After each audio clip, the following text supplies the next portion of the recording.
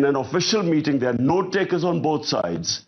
He tells the ambassador that unless you get rid of your Prime Minister Imran Khan in a vote of no confidence, which, by the way, hadn't been tabled as yet, but he seemed to know about it, he said, unless you get rid of him, Pakistan will suffer consequences. And then goes on to say, of course, if you get rid of him through the vote of no confidence, all will be forgiven. Such arrogance, apart from anything else. By the way, Becky, this guy should be sacked for bad manners and sheer arrogance. Imagine telling a country, an ambassador of a country of 220 million people that you get rid of your prime minister. So this is where it started. The next day, this vote of no confidence is tabled in our parliament. And then why have you never made this public before? You are being very specific about what you allege was said. Well, Becky, I put it in front of our cabinet. The cipher was read out in the cabinet. There are minutes of the cabinet. Then I presented it in our National Security Council, where all the service chiefs were present. Why did I present them? Because this was a blatant intervention in the internal affairs of Pakistan, a regime change. As Prime Minister at the time, did you get in touch with the US President, with the US Secretary of State? What happened? The National Security Council decided to give a démarche, protested to the US in Pakistan and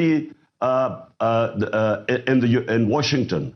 We issued it. This is all minuted. Then we presented it to the Parliament Committee, then the Speaker of Parliament, then the President of Pakistan, who has this cipher, he sent it to the Chief Justice of Pakistan that there should be an inquiry held in this blatant interference in the internal affairs of Pakistan.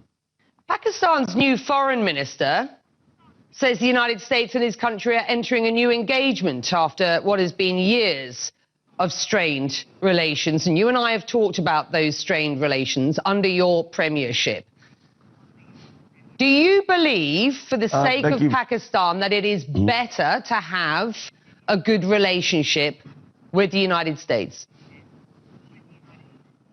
Becky, I had perfectly good relationship with the Trump administration. It's only when the Biden administration came and it coincided with what was happening in Afghanistan. And for some reason, which I still don't know, they never got in touch with me. There was no US ambassador to Pakistan. I have no idea. But look, my point is very simple. 220 million people of Pakistan elected me. My first responsibility is to the people of Pakistan. My responsibility is for the well-being. We have 50 million people living below the poverty line. So when Russia offers us 30% discount on oil and 30% discount on wheat imports, India does the same. India is part of the Quad, part of the strategic alliance with the US. India imports oil from the US, but for some reason, this was taken against me, as if I was being anti-US or anti-American. The US, let me repeat, has rubbished the notion that they have been involved in regime change in Pakistan. You continue to assert what they suggest is a conspiracy theory here. Do you genuinely believe that the US has been behind a regime change in Pakistan? Before this happened, before this meeting with Donald Lu and our ambassador, the US embassy was calling members of my party who were some of the backbenchers who were not happy. They were having meetings with the US embassy. What were they meeting them? And they were the first ones who then jumped ship.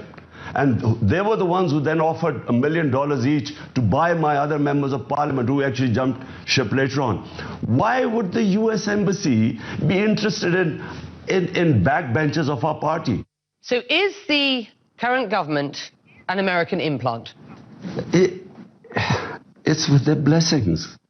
And, you know, the painful thing, Becky, is not just that we all call it imported government, but the worst thing is there are a bunch of criminals. For 30 years, these guys have been plundering the country. 60% of the cabinet is on bail. You were in Russia meeting President Putin the day he announced the war in Ukraine.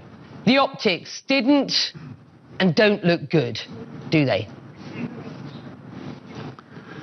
They didn't, Becky, but let me explain to you, this visit was planned a long time back, and all the stakeholders in Pakistan were on board. The military wanted hardware from the Russians. We wanted oil. There was a gas pipeline which was being negotiated for the past 6 years before my government came in. So this trip was planned a long time before.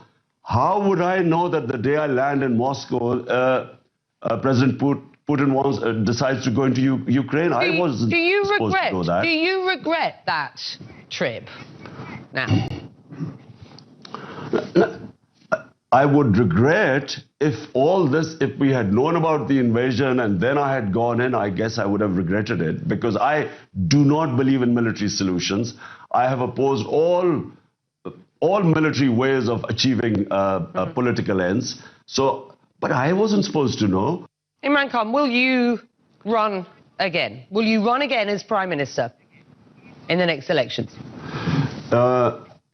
Whenever the next elections take place, not only will we run, but I can predict right now that this will become the biggest party in Pakistan's history, because people are so incensed and feel insulted that these criminals have been foisted upon us, who have been plundering this country for 30 years. There is anger in Pakistan.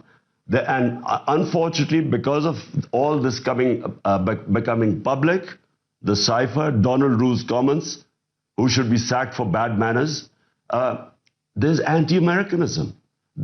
Because you know that so many regime changes, whether US, like in Iran, Prime Minister Mossadegh, like in South American countries, when unpopular governments are foisted on a people, the resentment then goes against the US. And unfortunately, yes, there is anti-Americanism right now.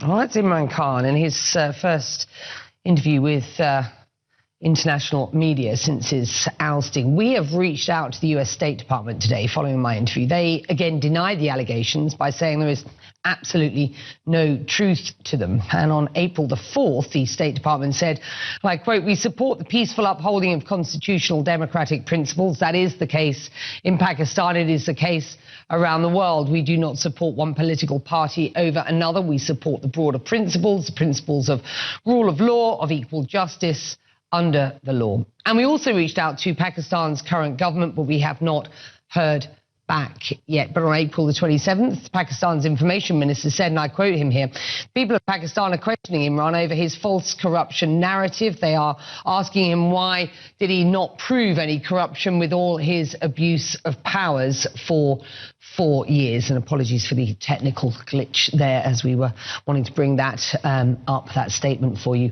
on the screen.